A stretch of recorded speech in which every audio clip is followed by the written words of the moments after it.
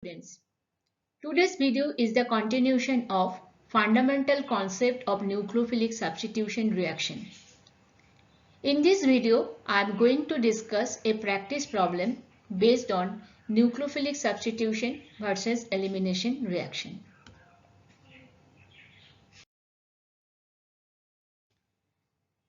These are the two reactions have been given.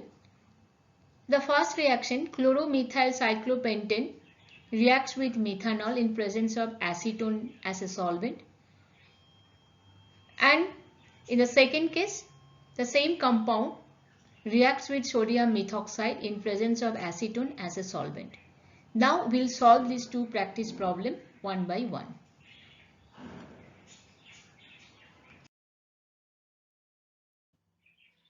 When chloromethyl cyclopentane reacts with methanol, first carbon-chlorine bond breaks and we get 1 degree carbocation.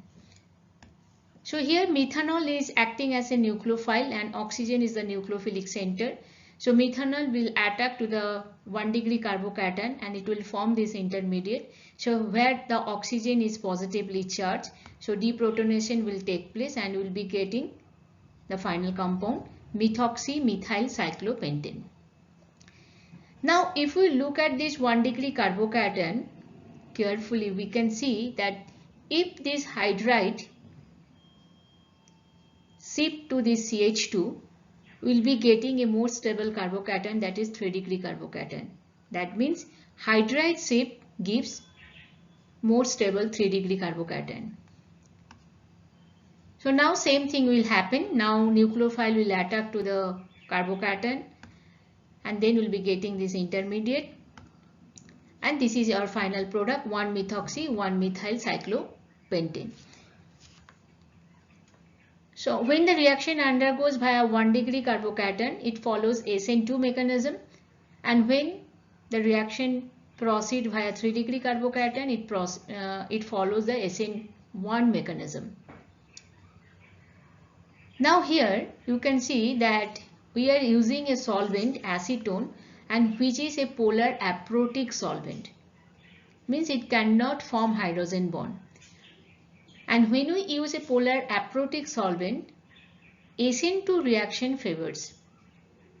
So that's why in this particular reaction, though hydride shift is giving a stable carbocation 3 degree, still the reaction will proceed via 1 degree carbocation, means it follows the SN2 mechanism, because here we are using a solvent which is a polar aprotic solvent, and SN2 reaction always favor in the polar aprotic solvent.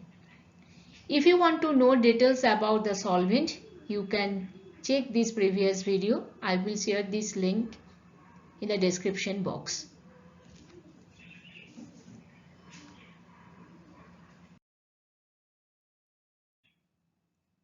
When chloromethyl cyclopentane reacts with sodium methoxide, let's see which products we are getting and which mechanism it is following.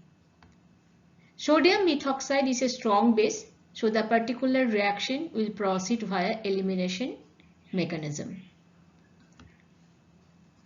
The first step is the breaking of carbon-chlorine bond and formation of carbocation. So we are getting 1 degree carbocation.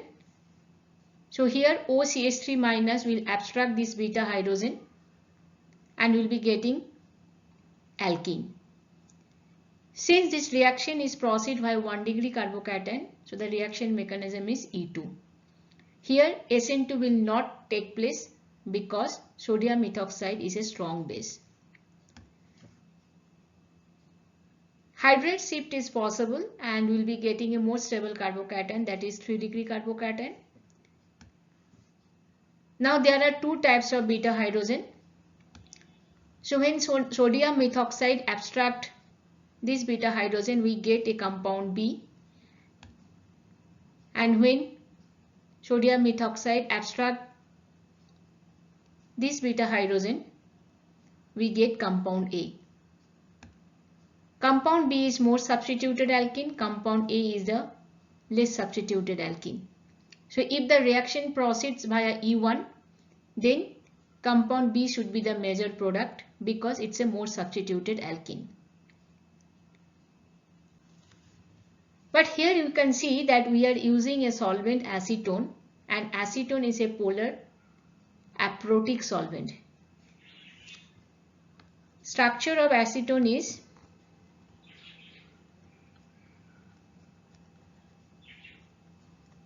this one.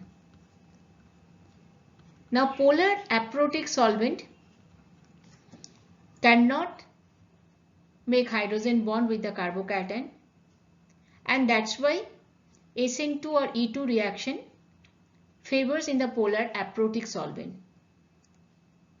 Since we are using acetone as a solvent in this particular reaction,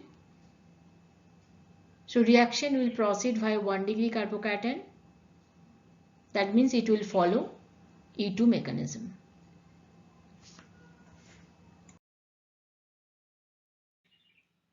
I hope explanation is clear to everyone, and this kind of videos will be definitely helpful for your study and for your exam preparation. So like this video and share it with your friends and subscribe my channel Chemistry Affinity. Thank you for watching it.